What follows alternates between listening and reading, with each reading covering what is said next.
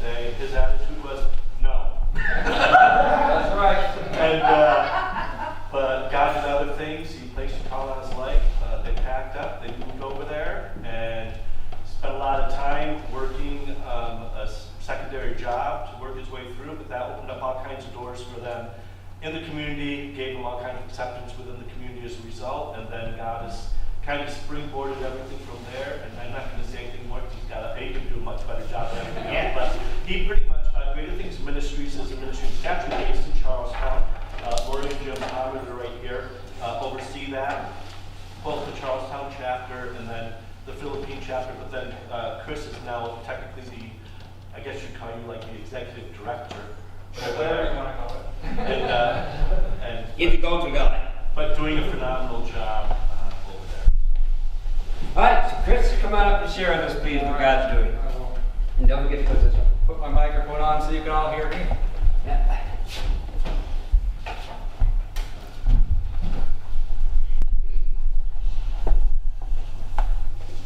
I'll try not to break it. It's on.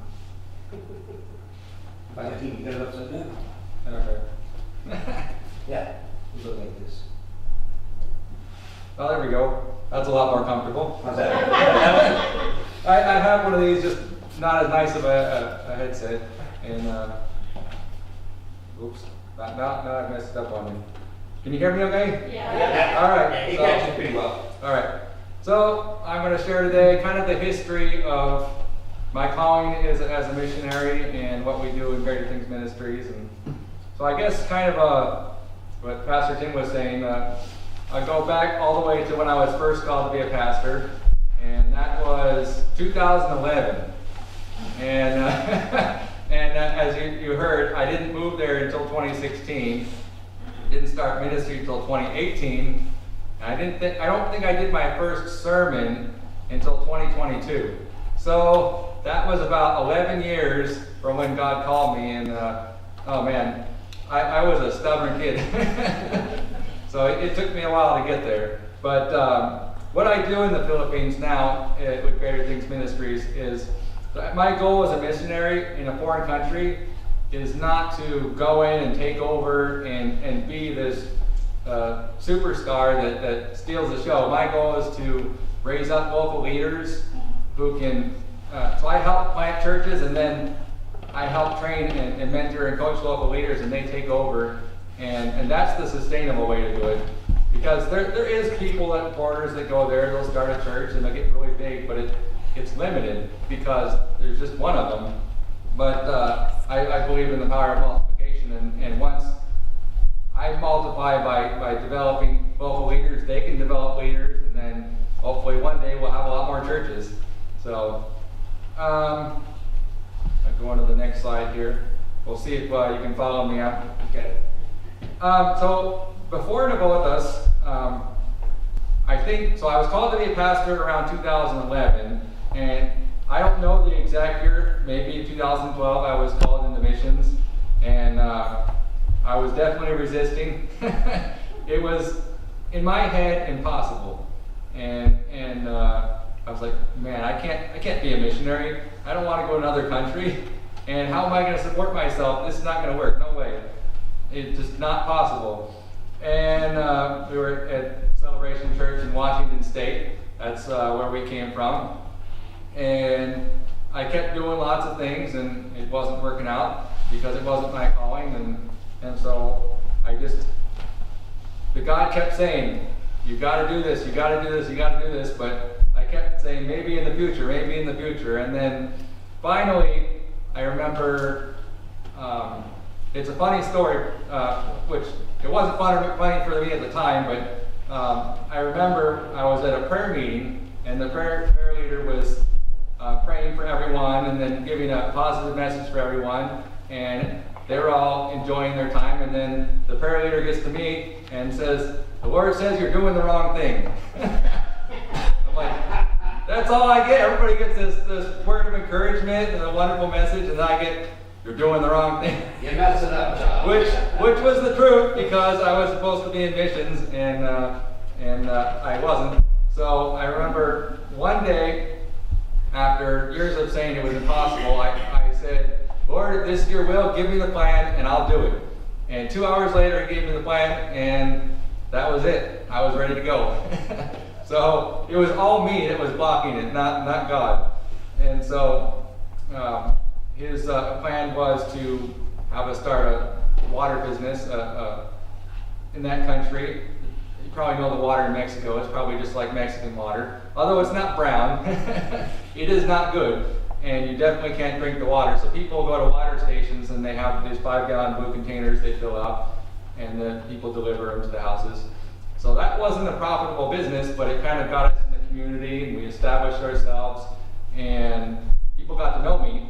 And in the beginning, I was hiring workers, but then God said, nope, the people don't know you enough, so I'm going to make you the delivery boy. And if you don't know, the delivery boy is like the lowest of the low job. It's the high school dropout or the person that's going nowhere in life that can barely hold a job because they're usually not that reliable. And so God had me do that for 4 months. But I got to know all the people in the community, and it was really a blessing because when we started full-time ministry and with the kids at the beginning, people were fine with them coming to our house because they all knew me. So it was really God's plan. We were able to shut the business down and switch to ministry, but the mission was accomplished. They got to know me. And so, but I'm getting ahead of my notes here, but when God called me, the testimony really is that he made everything work. It was truly amazing because when I said yes, we had a house, and I'm like, I don't want to sell my house. I want to move back as soon as possible. And God's like, no, you're selling your house. And so he found us a buyer before it was even for sale. And then the appraisal comes, well, I forgot to mention when God gave me the plan, he gave me the dollar amount that we were going to have in my bank account when I moved. And that was an impossible number. And so when we went to sell the house, the buyer came to us, and then I said, well, this is the number I need for God to give us what we need. And so that's what I'm trying to sell it for. And they said, okay, we'll get the appraisal, and whatever the appraisal comes in, that's what we're going to pay. And so the appraisal comes in, the exact number. Oh, wow. And the exact number for me to have the amount that I needed for moving. And it was amazing. Like it wasn't a little bit off. It was like almost exact. So I knew it was God working there. He wanted us to go. And so this testimony after testimony of him arranging every detail in the process. And so I have a verse here. That's my only verse. I didn't have a sermon plan, but I had to share this because God was really teaching me a lesson with John 14:12-14. He says, truly I tell you, the one who believes in me will also do the works that I do. And he will do even greater works than these, because I am going to the Father. And whatever you ask in my name, I will do it, so that the Father may be glorified in the Son. If you ask me anything in my name, I will do it. Now, this verse is widely misused. There's a lot of people that they have to name it and claim it, and the prosperity gospel uses this the wrong way. But what God was teaching me is that when he has a plan, all I have to do is ask, and he will provide every single detail for his plan. And so I was like, wow, this is amazing. And so I learned a lot of lessons along the way, because I wasn't that mature when I was starting. I wasn't yet studying to be a pastor. I didn't do that until 2020. So I was on the job learning. God was teaching me. But in the next slide here, I got the beginnings of our ministry. It shows, this is right before we started. We had a little garage space, and God's like, you're gonna set up a little kids ministry in this garage, and the kids are gonna come. And I said, I hope the kids are gonna come, but all right, God, you send them. And so we did that in November 2018. We got started, and then in the next slide we got a picture of our logo and a bunch of pictures in there. November 17th was our start date. That wasn't our start date in this picture, but I made my own logo, made our own curriculum. I didn't know that Samaritans First had a kids curriculum we could use in Tagalog, and at that time, so I was doing my own thing, and it was a lot of work, but it was good learning for me. And so then we have a picture of our first, actually this says our first 6 members, but I reused this from a church history presentation. We had more than 6 on the first day. It says 24 attendance on the first day. So they really did come. But on the left, you see a bunch of kids just sitting around in the street. The parents just say, go outside. We don't want to see you in the house. They run around the street and do whatever.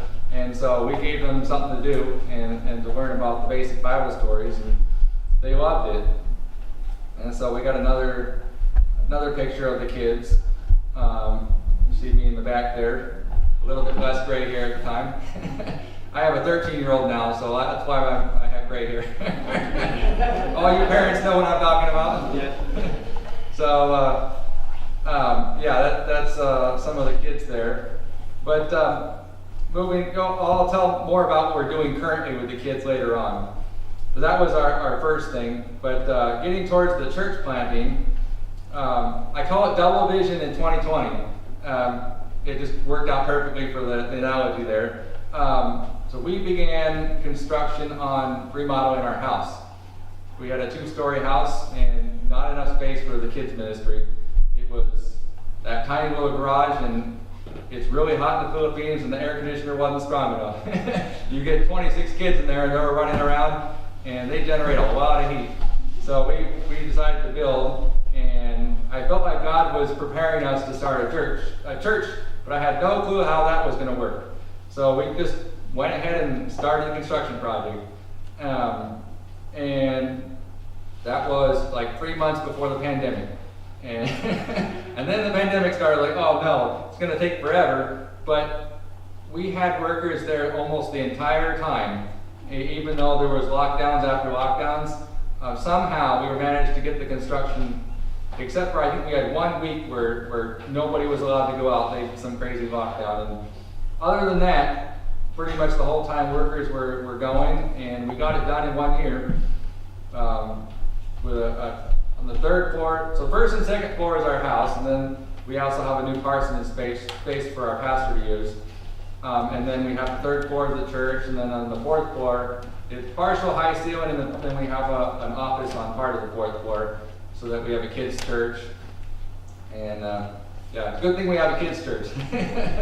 I'm glad they have somewhere to go during Sundays.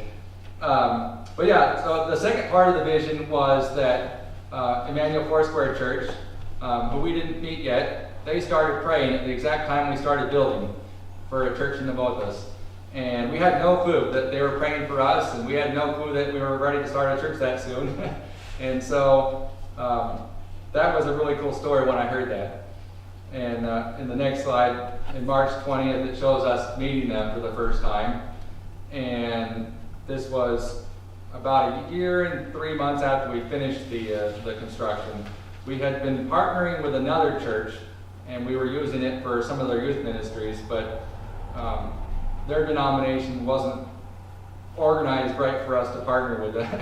They have a system where all the money has to go to the national office and then come back down. So if someone says, I want to give for the children's ministry, there's no process for it. And so it just wasn't working out to continue partnering. But when we switched to doing church planting, we left 2 of our workers with that church, and they continued building that church up. So before we get to the church planting, I don't have it in the slides, but we did a lot of partnership with that church. And then we had basically a youth explosion in that time. There was dozens and dozens. At one time, I think we had 50 or 60 youth in our ministries for that church. And the people that we were working with are really anointed with youth ministry. So a lot of amazing things. I don't have that in the slides, but there's a lot of testimonies in there. And then the next slide, we have Pastor Arnell and Michelle. Pastor Arnell is not officially a pastor yet, but he started working for us. They started working for us in 2021, and they had hearts of evangelists. They just go around town, find people to start Bible studies in their homes, and at one point I think they were doing 12 Bible studies around town, and they don't want to take a day off. They have too much energy. I'm like, you've got to slow down. One day you're going to get old and you're not going to have energy. You got to slow down. But they wouldn't listen. And but now they're they're focusing mostly on the church, the second church plant actually. But the real testimony in this is that Michelle started first. She had experience working for an American when she was younger, so she speaks perfect English, and it was easy working with her. But Arnell had what would you call anxiety problem, and he was basically incapable of doing anything because he had a relapse of the anxiety, and he just was scared of doing everything, crying, and God said, he's called in the ministry, he's going to be a leader, and nobody would have worked with him unless God told him to. So I told him, we're hiring you, and this was in his worst state. I told him, we're hiring you. He's like, I can't do it. And then over the couple of years, I kept coaching him and mentoring him, and to see the transformation, he is now pastoring the church, and he speaks better than me, and he does an amazing job. I just almost in disbelief at how much transformation I've seen in Arnell, in going from incapable of doing anything to pastoring a church. And so they only do credentialing once a year in the denomination there in the Philippines. So in next January he should be officially a pastor. But yeah, it's truly amazing to watch them grow, and that's one of the best parts of my job is when you watch the leader go from not even knowing they're going to be a leader to actually pastoring a church. It's amazing. So our secret to its success, and in the next slide, I have a picture of our Mom Cheese group. That's the name my wife decided on. I remember one afternoon we were having a meeting in our team, and the Lord says, you're going to start a mom's group. And I said, well, I'm not going to start a mom's group. I'm not a mom. So I told my wife, you're going to start a mom's group because that's what God says we're going to do. I don't know where it's going, but God was saying that the young moms were underserved, that a lot of them don't have jobs, the husbands work, so they'll sit at home with their kids and they'll be bored and sad and depressed because they want to do something and nobody's paying attention to them. They might have a couple friends in their neighborhood, but there was so much opportunity. So we launched in March 21. My wife is the one wearing the Nike shirt. And so we had a few moms that showed up there. I think everyone in this picture is a member of our church still. And so they launched that, and then the next slide in April, there's a few more of them. You see the food there on the table. In the next slide there, they call that a boodle fight. I don't know what the boodle means, but apparently you have to fight for your food when it's all laid up on the table.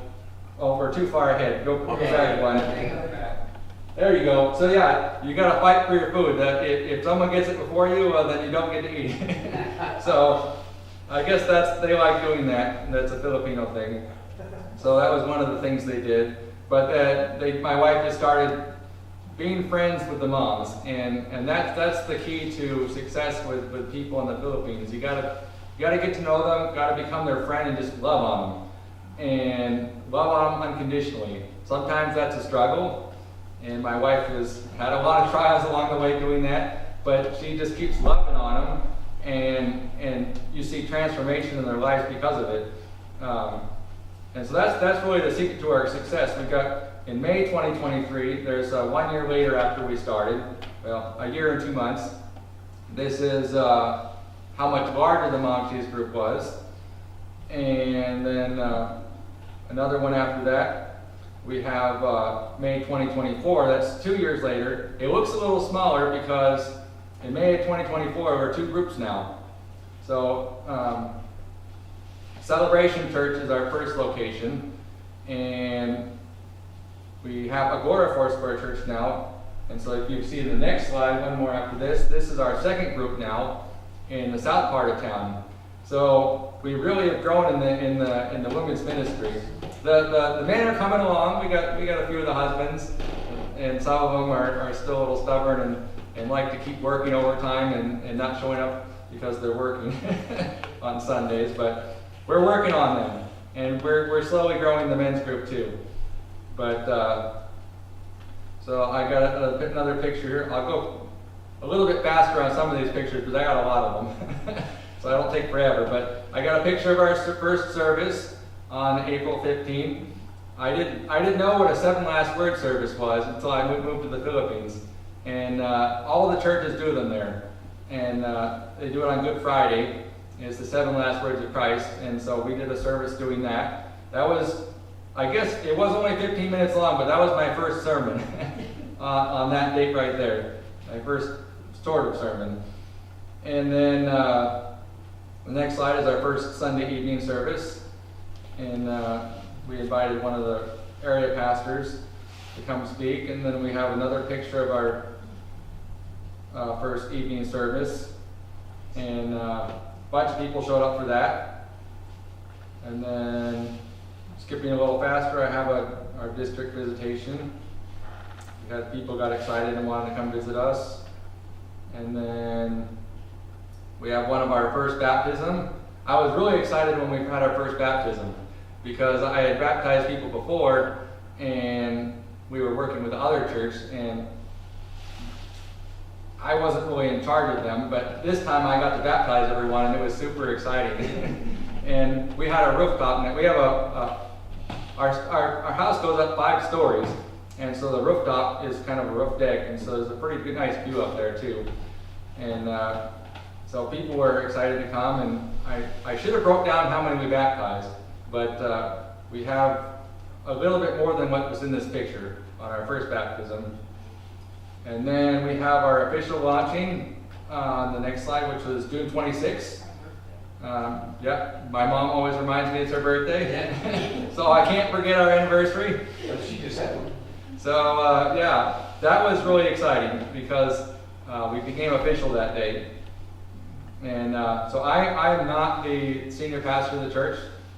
That the Foursquare Missions doesn't want me to. I guess I could be, but we have Pastor Mario. So I mentioned earlier the church that was praying for us before we started. Their assistant pastor came to be our pastor, and so it was good learning from him too because he's older than me, has a lot more experience in preaching. So it was a blessing to have him as our first senior pastor.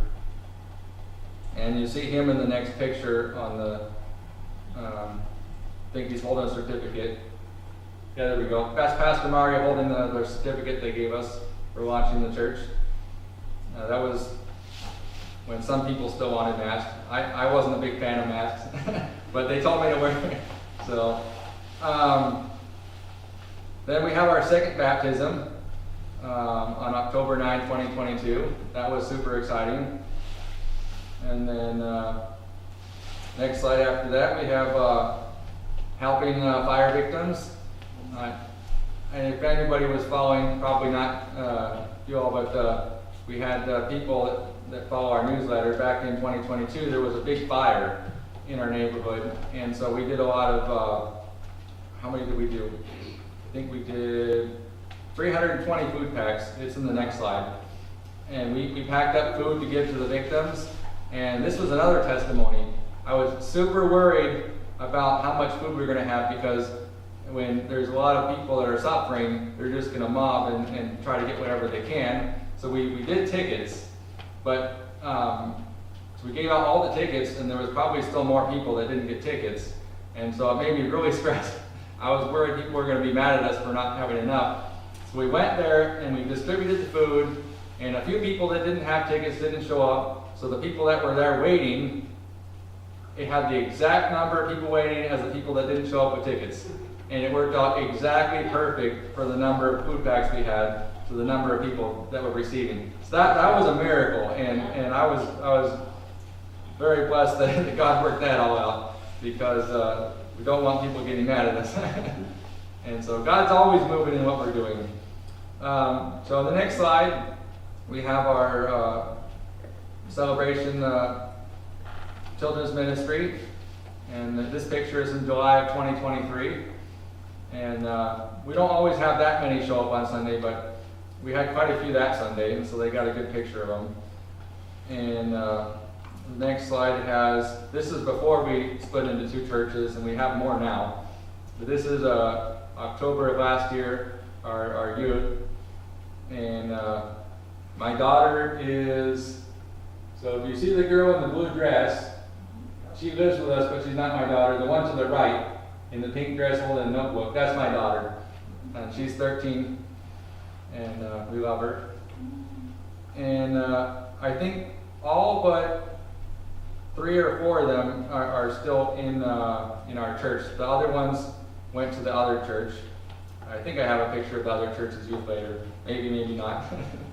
But I also have on the next slide, September of last year, this is the moms before we split up into 2 churches. I don't know how many, probably 20 something there. Lots of moms. So that's the core driver of growth in our group. My wife does an amazing job. So maybe next time I'll bring her. People can hear from her, but she does the real work, I say. No, I do train pastors and stuff, so I do something, but she does amazing. And then I put a picture of the men's group. And so the funny story is the moms are the momshies, and then some of the women decided they're going to call the men the popshies. I said, no way, nothing with the word she in it. So I kept fighting them, and then they kept saying it on purpose just to make me mad. Every week they'll go in the announcements and I purposely say it just because they know I don't like it. So, but our men's group leader is his name is Nimrod. So we're the Mighty Warriors. So that worked out perfectly. And then the next picture from September of last year, just one of our services. You can see the size of our sanctuary. Not quite as big as here. The camera is a wide angle. It makes it look a lot bigger than it really is. But we can probably fit comfortably 77. One time we got 90 chairs, but that was packing people in for an anniversary service. And that's not very comfortable. So if we get past 77, it's for sure time to get another church. So when we decided to move forward on the becoming 2 churches, I think we were up to 65 on the busier weeks. Not always 65. Some people don't show up every week, but then the next picture, I don't even know what that is. I think it was Pastor Mari's birthday. I have this slide in here because I used it for a church history thing. But yeah, they like matching, and we have our anniversary shirt in there and having a good time with Pastor's birthday. But then we have a picture of us Christmas caroling, one of the outreach things we did. I am not a singer. I sound like a frog. I sing like a roller coaster because I'll start in one key and I'll go back and forth, use all the keys in one song. So I'm terrible, but my wife is amazing, and a lot of people there are amazing singers. So it's the problem because everyone wants to be on the worship team. And we can't have everybody be a singer. So, but no, doing Christmas caroling was a lot of fun for them. And we got to go introduce ourselves to the community. And they all loved that. I'm hiding in the back taking pictures, obviously. But another thing we did on Christmas last year is we did feeding the homeless. And that was a lot of fun. So on December 24th, everyone came and we made lots of food. I don't think they liked the picture. I kind of snuck up on them working there. But yeah, I don't know how much we made. We probably made at least 300 food packs, something like it was a lot. And so there's not too many homeless people, but the homeless people we have are not like you find in America. They're not drug addicts. They're just poor people who can't afford to live anywhere. So there's always opportunities to interact with them. And I know that's one of the things that Pastor Arnell and Michelle have done a lot, is they occasionally do homeless ministry and they'll go out there and interact with them and share the gospel with them. So we also did another exciting thing. This is one of the things we do in Greater Things Ministries, is we had a wedding marathon. And so there's a lot of people, they come to Christ and they're not married. And we tell them to get married and they say, we have no money. So what we came up with is a way to sponsor weddings. So we have the church, we have someone to officiate the wedding, we have tables and chairs and tablecloths and decorations, and we even have 2 wedding dresses that have been used. So for the guy, I think 2 of them wore one of my nice formal shirts, because it's quite expensive, for them at least. And so we basically have everything but the food. And so it's really been a blessing. This is 5 weddings last year in 2023. And it was really a blessing for them because none of them could afford a wedding. And some of them have been dreaming about it for years. And some of them, it's actually quite unfortunate. They don't have any family in the city area. A lot of people migrate from provinces to the city looking for work, or their parents will tell their kids, go to the city and find a job and then support us. And then, so like one of the couples here, it's really sad. It's great that our church is her new family, because my wife has become like her mom, and the church is totally her family. No one from her family showed up to the wedding. It's really heartbreaking. But when people can't afford things, they just don't care. So it was really a blessing to provide that for them, and we have that available to provide for people in the future. It really costs almost nothing. They probably have to come up with $200 for food and the cake, and then we do everything else for them. And we got, I don't know how many more we got, but I'm planning on marrying a couple people this year. It's going to be exciting. That's one of the wonderful, exciting ministries we have, and it's really a blessing to watch them get married, because the joy that they get out of being married is just something they thought they never could have. Other things we did recently, we've done a parade. And I put this picture in here not necessarily to show the parade, but you can see my vehicle. I have a golf cart, that's my vehicle. And I don't need to go very far. The mall's pretty close, the grocery store, the bank. I don't go too many places. And so mostly I use that for picking people up and dropping them off for church functions. We can fit a bunch of people in there and they squish themselves in. It's just a little electric golf cart. And it works good for driving around town. It goes 25 miles an hour. But there is such dense population, we don't go very far. And then we also did a citywide prayer walk. This was exciting. We haven't done a lot this year with the Pastors Association, so I'm a little sad that they haven't organized anything this year. But I'm in Bible school and I haven't had a time to bug them.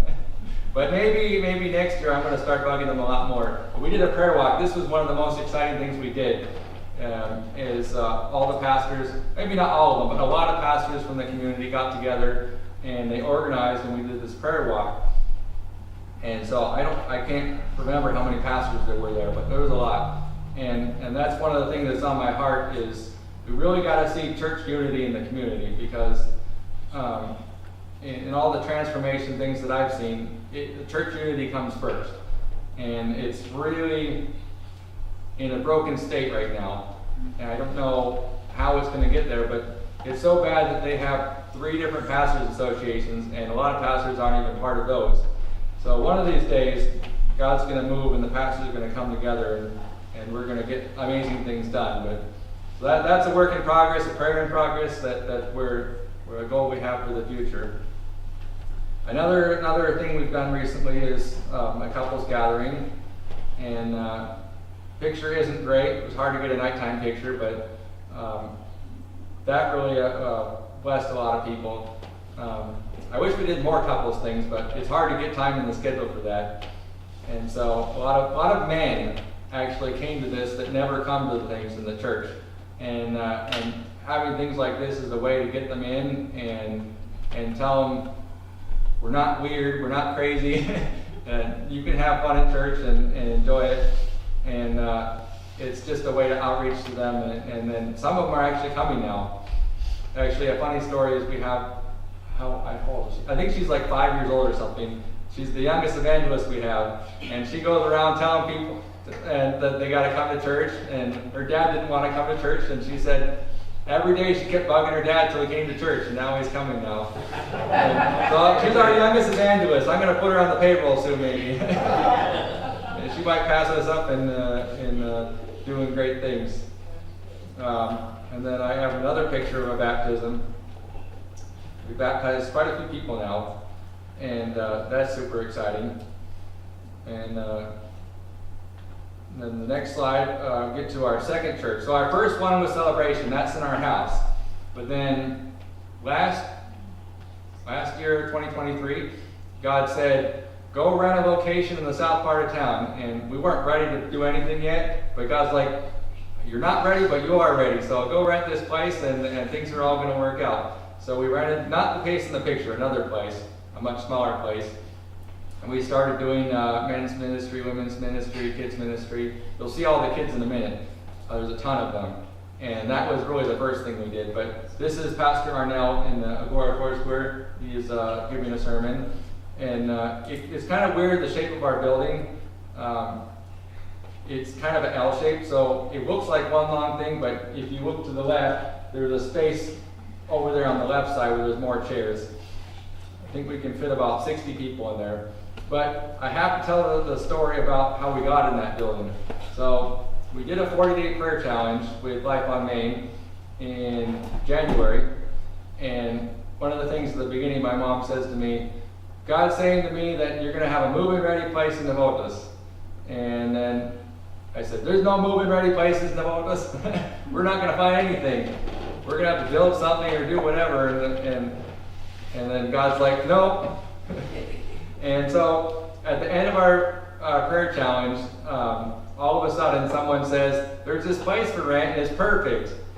And I had a hard time believing it. And then I showed up and it was perfect. We did very little renovations to that place. We put the TV and the cross and the curtains up and the sign and the instruments, but all the nice decorating, the air conditioners were all in there already. And God just worked it all out so that we could plant a church. And I can't really explain how well it worked out. It's just absolutely perfect. And power of prayer. Everything we do runs on prayer. If the people here in America weren't praying for us, and we didn't have our prayer team there, then I don't believe anything would have gotten done. It's all prayer, because everything is a miracle. Like, I can't, everything, when God tells me to do something, it's always not, you can't see the vision. And God's always having us step out in faith. So, but to show you what the church service looks like, we have in the next picture our worship team. And so one of the things that's really popular in the Philippines is tambourine dance. So all the girls want to do tambourine dance. And so they have different uniforms and things for different weeks, but they're always up there doing the dancing. So that's definitely a Philippine thing. I don't see it so much here. But yeah, they absolutely love it. And so we have that in both churches. My daughter loves doing that. And yeah, there's no shortage of girls that want to dance. Yeah. So singing and dancing, that's the Filipino culture. They're definitely more expressive than me. I don't sing or dance. I have 2 left feet. So, I got to mention the prayer meeting. So I just talked about the power of prayer. So this is our service in Agora, our prayer meeting in Agora, and it's about the same number for both churches that show up. And we don't have a specific prayer team. We just, whoever wants to show up can show up to the prayer meetings, and then we pray. We have a list for the world needs, national needs, local needs, and personal needs. So it covers all the different things, and then so we'll have sharing our testimony for the week, and then we'll have a short message, 5 or 10 minutes. Pastor Mario sometimes goes extra long, but it's supposed to be 5 or 10 minutes. And then we count 1, 2, 3, 4, and then have 4 groups, and we all pray for whatever group we're in. And I believe that having this has been transformational for us, because not only does God answer prayers, people grow through praying and seeing miracles. And so in our newsletter, which we forgot to bring, oops, there is an amazing testimony. So in the Agora prayer meeting, we have a list of personal prayers, and so out of all the list of prayers, there was one that was the most impossible, and God's like, we're going to do the impossible. So we have one of our members, an older lady, her son went missing 5 years ago. Now, she says he's autistic. He looks like he probably has Down syndrome. This happened right before I left, so I don't have the full story yet, but I think he has Down syndrome, and he just walked out one day and disappeared.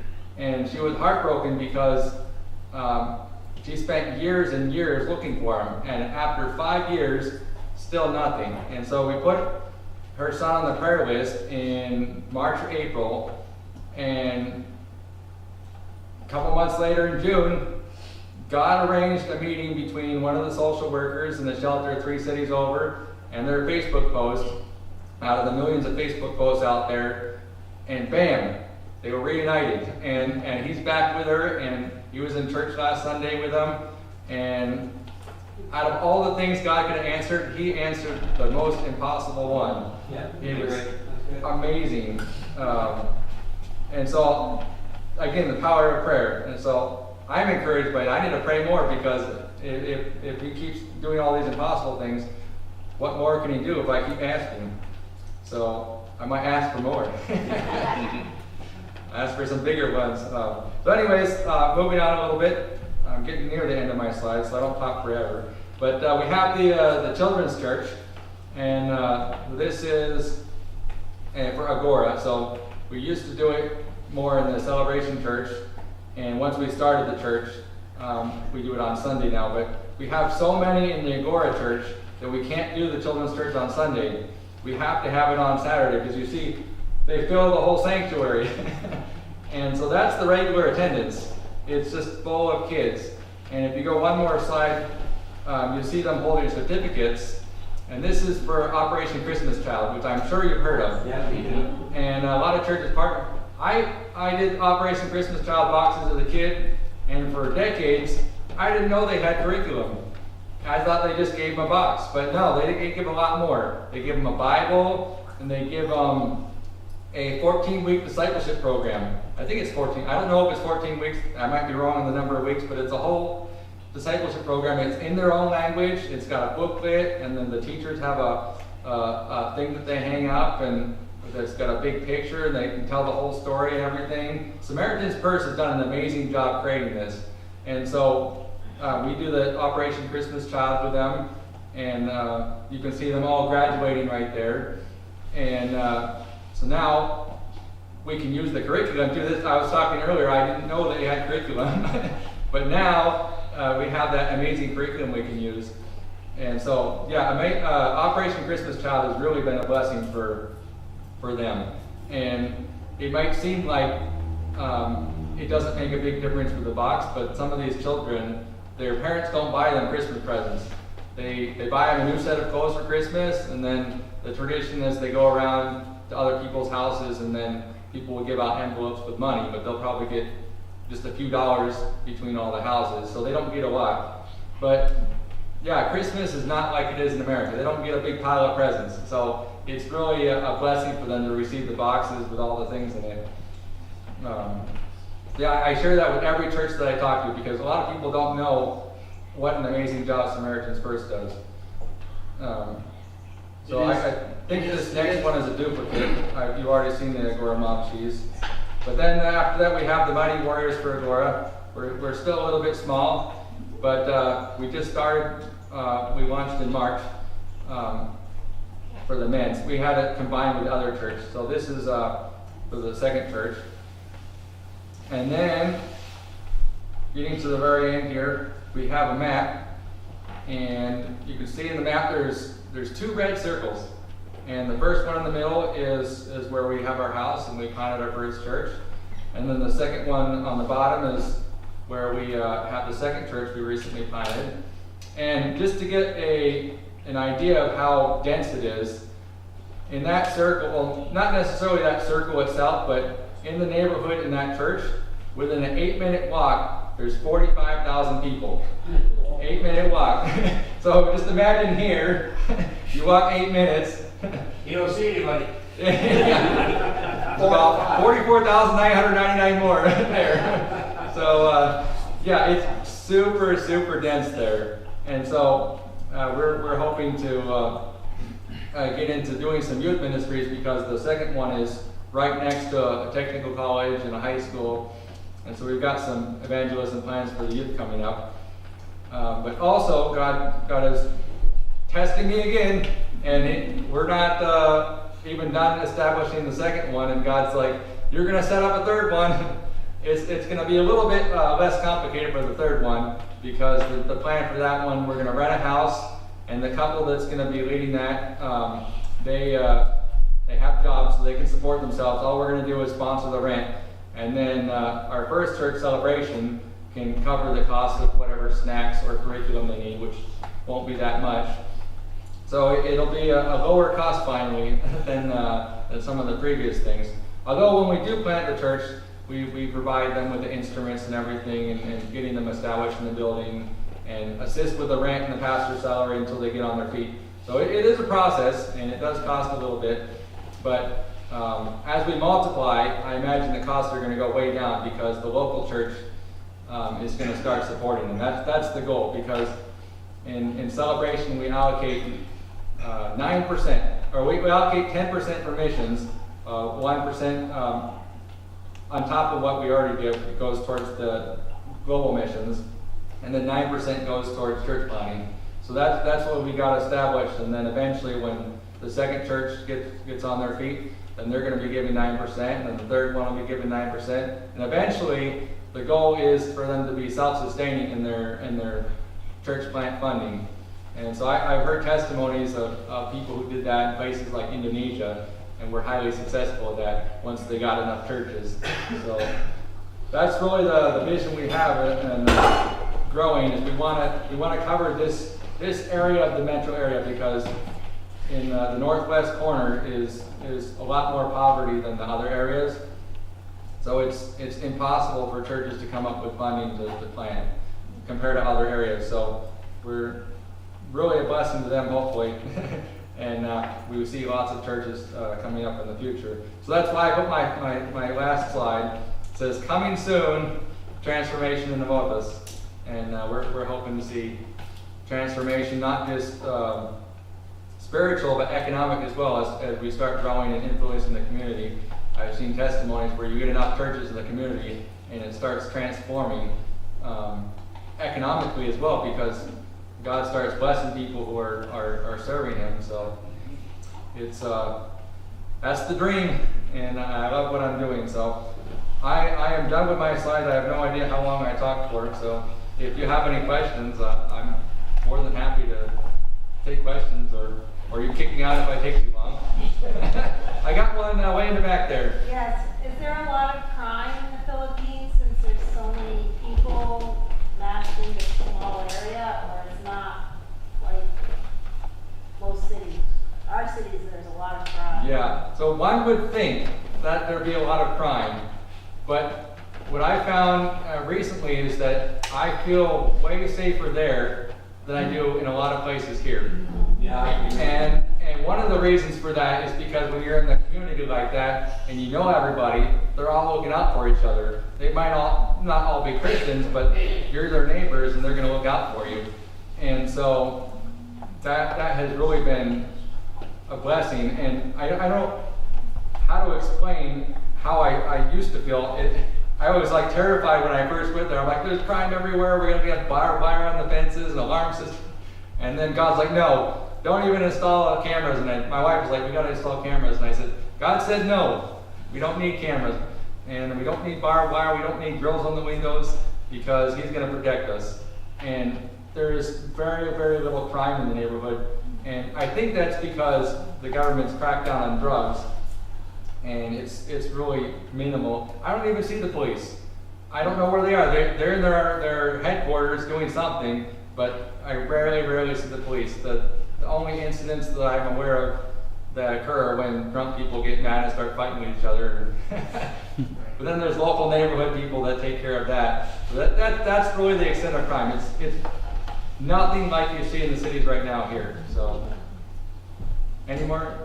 Yeah, go ahead. Well, just another comment. It's great to see that the shoe boxes are getting there. This little church does about 200 a year, and the greatest journey is the curriculum that they move. And so we've been very involved as a church body with that. So it's awesome. Oh yeah, Yeah. it's really a blessing. And they do a lot when you sign up for it. they go through an approval process. They make sure that you're a solid church, not one of those cults that they have. Yeah. And then, because there is cults there, and they make sure those people don't get in charge of discipleship. And then they'll go and they'll train the teachers, and then they'll assign, you can't do this unless you have a group of prayer warriors too. So they'll require you to have 12 prayer warriors per church signed up for it as part of the process, and then pray in advance, pray during, and they're really, really well organized. Yeah, they are on this end too. We've been to the packing facilities down south, and the amount of infrastructure that they put into it is just nothing short of amazing. Yeah. And we pray over each box, they stop and we put our hands on boxes. Every hour they ring a bell. It's really cool. It's really great. Yeah, another testimony I have, I know someone from Washington State. So they lived in the Philippines when they were young, and they got, I don't know, it wasn't really adopted, but one of their relatives sponsored them to come to the U.S. as a child, or as an older child. And when they were younger, they testified that they received the box, and it was a huge blessing. And then they came to the church in the U.S. when they were older, and they were making the boxes. And but yeah, it's just amazing to see. We have actually not related to boxes, but related to children's ministry. I got to mention it because it's an amazing story. The men's leader we have, he's in his mid-50s, Nimrod. He actually, some missionaries came to his village when he was 7 years old and shared the gospel and did a children's ministry, probably somewhat similar to Samaritans First, but before they were established. And he's been a Christian ever since. So that the power of reaching the children, it's something that they might go off the path, some of them, and then but you train them up right and they'll come back to it. Amen. So, any more questions? So how did, you haven't talked much about your family. How did you and your wife get together or meet or run? Because she's a Filipino, right? Yeah, my wife is from Navotas, the town that we live in, and so that's why God called us to Navotas.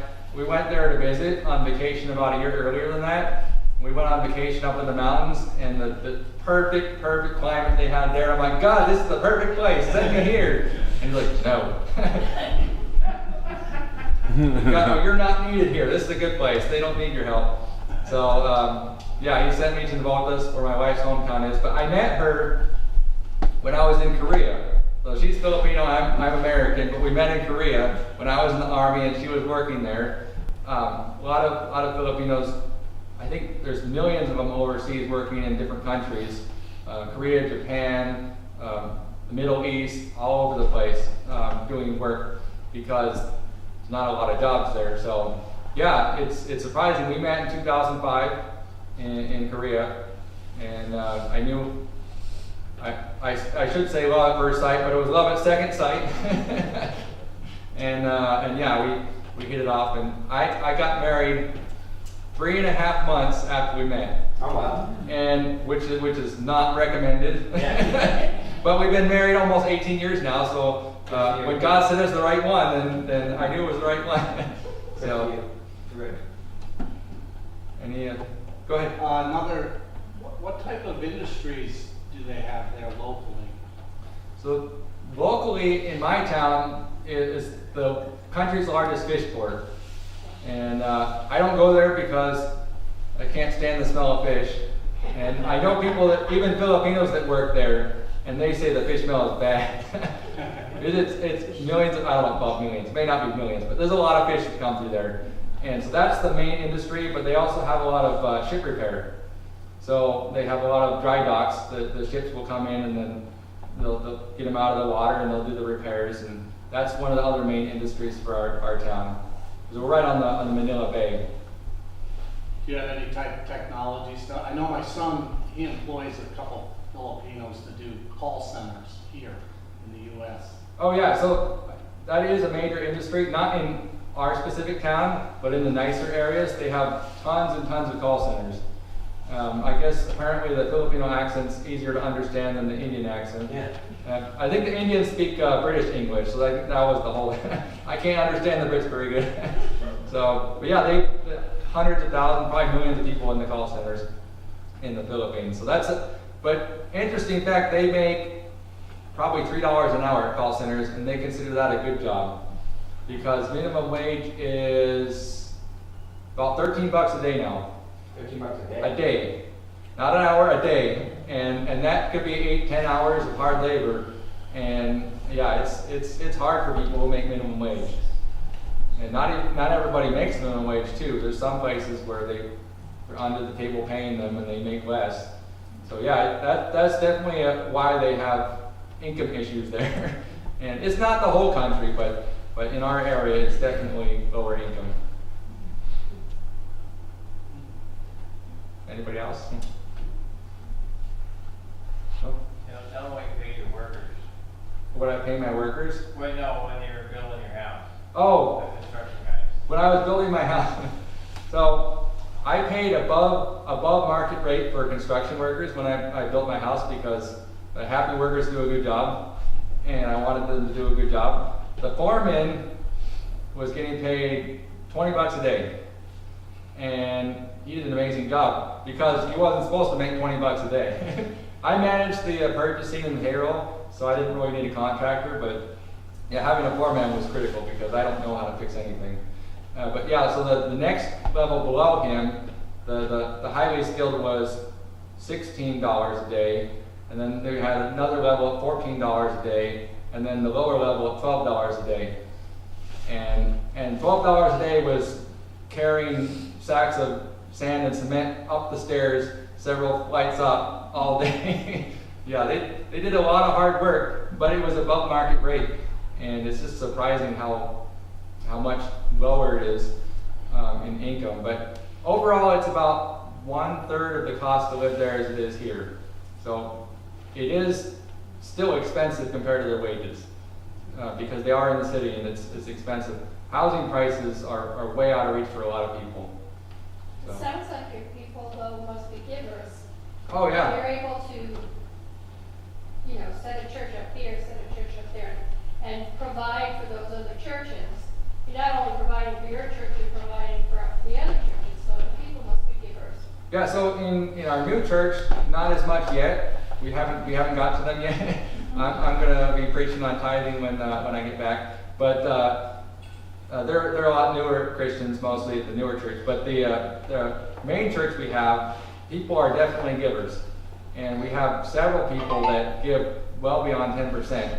And I'm amazed by them because their living conditions aren't that nice, and they could be improving their house or saving their money, but they really are with giving hearts. And but we don't cover everything because we do fundraise here. It does cost a lot of money to plant a church, but compared to the U.S., it's probably nothing. So, but yeah, it's amazing to see people have giving hearts even though they don't have a lot. Yeah, that's great. Did you say that it was about 1/3 the cost of living? Yeah, I would estimate about 1/3 cost of living to have the same living standard there as here. So that would be, and they make about, even at $20 a day, which is over, that's still only $100 a week. Oh yeah, it's well below having an American living standard. Yeah, A wow. lot of people, Yeah. you would be surprised how not nice their house is, but they're very happy. They don't necessarily see themselves as poor. They dress nice enough that you can't tell they're poor, and they have a positive attitude. It's just normal, and they're happy. So there is places where there is extreme poverty. They have squatter areas, and the government is working to try to fix that. But it's a long process, definitely. Especially with the fire victims. I don't know how many, hundreds of people lost their homes in the fire, and the government had all this quarantine housing for COVID that they put them in, old shipping containers with air conditioners in them. But still, it's a long process. Yeah, stuff. So. I just wanted to know if I didn't bring any information, so if you could show the website, if anybody wants to give to Greater Things Ministries, we have a website. Yeah, or wants more information. information about Bread and Well, yeah, that's her job to remind me, I'm the worst fundraiser. Almost every church I forget to do the fundraising part. Or if you can give the information to Pastor Tim, he can give it to me. And Yeah, we can get yeah. together and then, And I'll bring it. and then I'll put it out on the table. But if you want to look at it yourselves, website's real simple, it's greaterthingsministries.org. Yeah, it And is so, IES, there not are ministry, but places. streets, yeah. Yeah, so it's somewhat updated. We regularly update the newsletter, and every once in a while I put something new for current events, and I have the map up And there's there. a picture of the boy that was found right there on the news. Oh, yeah. You can see, I forgot his name. I haven't even talked to the lady since it happened because I haven't been able to get back there. If you click on the newsletter, it will come up right there. I think his name is there. Yeah, it is. It gives it a J. It's Giovanni. Yeah. Giovanni's his name. And his mother's name is Josephine. And Wow, amazing. yeah, she almost wanted to quit the church, but she was like, I'm going to stick in it a little bit longer. I know God's going to move.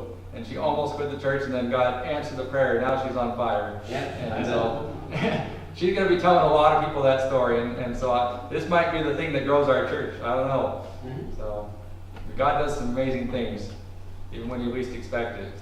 Yeah, that's true. So. All right. Thank you so much, Chris. Appreciate it. Oh, very welcome. And Glad to be here. happy to have you. Next time you come to the States, make sure you say something. Yeah. Good. Why don't we open in closing prayer and just thank God for the time we've been able to spend together tonight. Father, we